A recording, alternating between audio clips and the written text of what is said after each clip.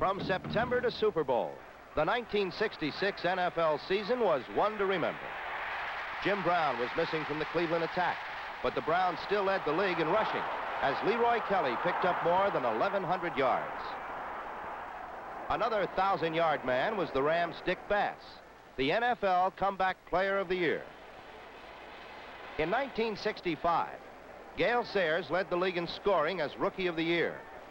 In 1966, he set a new NFL record for total offense in one season. Anything left for 67? In the winter's biggest trade, Fran Tarkenton went from Minnesota to New York. The great quarterback seems to run that far during a game.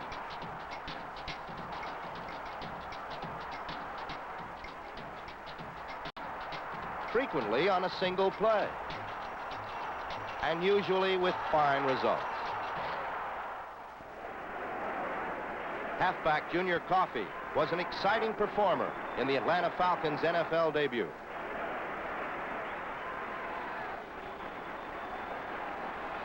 And here's a little excitement on the end of a pass. Larry Wilson favors the more conventional theft and has quite a record. Lou Groza has kicked 223 field goals in his NFL career.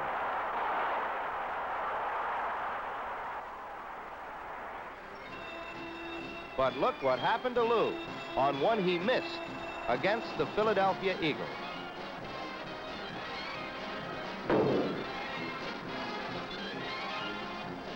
Of course, the best way to miss a field goal is to make a touchdown.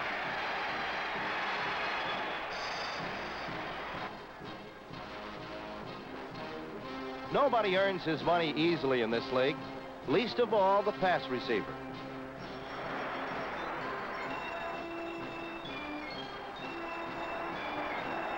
Of course, it helps if the pass catcher is fast, large, rugged.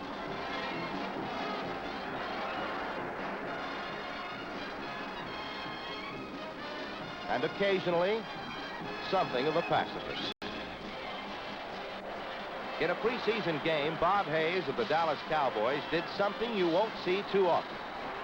After receiving a Green Bay kick, he ran 84 yards through the entire Packer team without a hand being laid on him.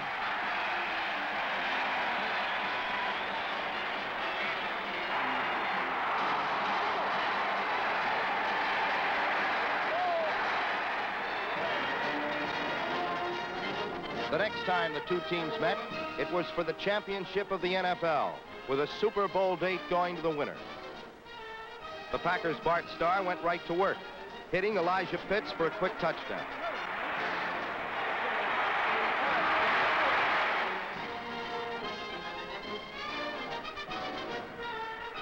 Then on the ensuing kickoff, Jim Grabowski picked up Renfro's fumble, and with less than 5 minutes gone, the Packers had a 14-0 lead. But Don Meredith's passing and touchdowns by Reeves and Perkins put Dallas right back in the game.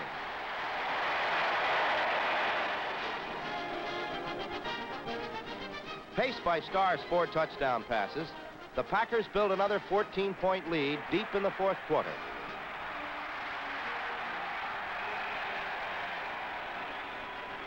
Again, the Cowboys staged a tremendous rally. Meredith's bomb to Frank Clark made it 34-27. And minutes later, with time running out, Dallas had first and goal 4 yards away from a tie. But they never got any closer.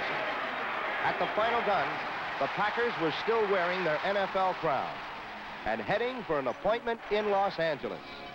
When Green Bay met Kansas City in the first Super Bowl, CBS cameras were there to record the historic showdown between the National and American Football Leagues. At the outset, the Chiefs hardly resembled 14-point underdogs, treating the potent Packer offense in shabby fashion. Then Max McGee teamed with Bart Starr to give Green Bay a 7-0 lead.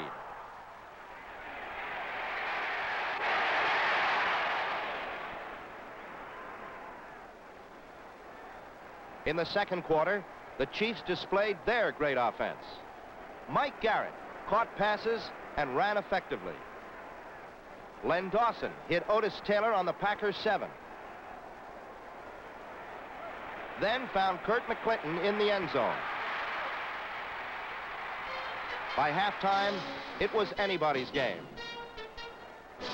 With the second half barely underway, Willie Wood picked off a Dawson pass.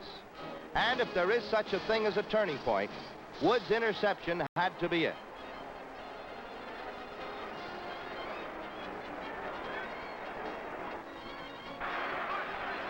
Moments later, Elijah Pitts scored. Then the Packers turned on the blitz. And for the rest of the game, the Chiefs never penetrated their 45-yard line.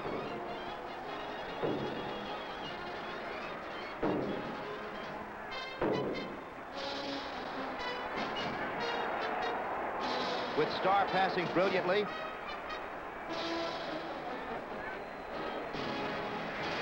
and the hard running of Pitts and Jim Taylor, Green Bay wrapped up the undisputed World Championship of professional football. Next January, the Super Bowl will be seen exclusively on CBS. In 1967, the NFL features a brand new 4-division alignment, the debut of the New Orleans Saints, plus 6 great NFL postseason classics, all of which are brought to you by CBS Sports. And on the college scene, it's the Cotton Bowl and Blue-Gray game. Your ticket to action. CBS.